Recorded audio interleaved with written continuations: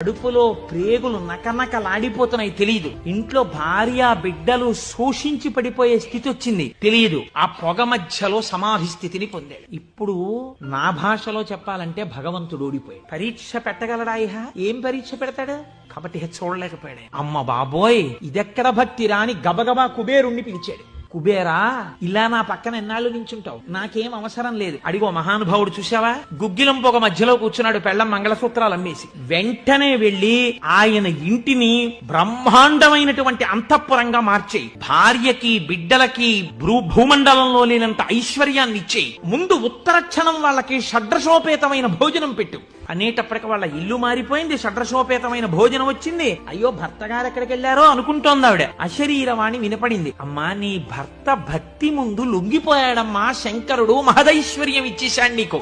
ఆయనో అన్నం తిందామన్న ఆలోచన లేదు, ఆ గుగ్గిలం పొగలో కూర్చునున్నాడు. ఇలాగా ఎవడు పరీక్ష పెట్టాడో వాడే దిగొచ్చాడు. నిజంగా సువాసనలు వచ్చాయి. ఆనాడు మార్కండేయుడు బాహ్య స్మృతిని పొందాడు, ఈయన పొందలేదు. పొందకుండా కూర్చున్నాడు. ఇప్పుడు ఆ పరబ్రహ్మం ముట్టుకోవలసి వచ్చింది. ముట్టుకుని కదిపాడు. ఓయ్ కలయా అని పిలిచాడు. పిలిస్తే ఆయన గభాలన బాహ్య స్మృతిని పొంది అబ్బా శంకరుడు వచ్చేశాడన్నాడు. కన్నులంబట నీరు కారిపోతూ ఆ స్వామి పాదాల మీద పడిపోయి శంకరుడు భుజాలు పట్టుకుని లేపి, ఒరే నాన్న, నువ్వు ఇంటికి వెళ్ళింత అన్నం తినరా, నా కడుపు నిండుతుంది, తొందరగా బయలుదేరరా నాయన, ఇక్కడ ఎన్ని నైవేద్యాలు పెట్టినా నాకు వంట పట్టట్లేదురా, నువ్వు ఇలా పడిపోతే తొందరగా వెళ్ళరా బాబు, నీకు ఎక్కడ లేని ఐశ్వర్యం ఇచ్చేశాను, కావలసినంత గుగ్గిలం వేసే, ముందు వెళ్ళి అన్నం తినన్నాడు. అప్పుడు ఆయన ఇంటికి వెళ్ళాడు.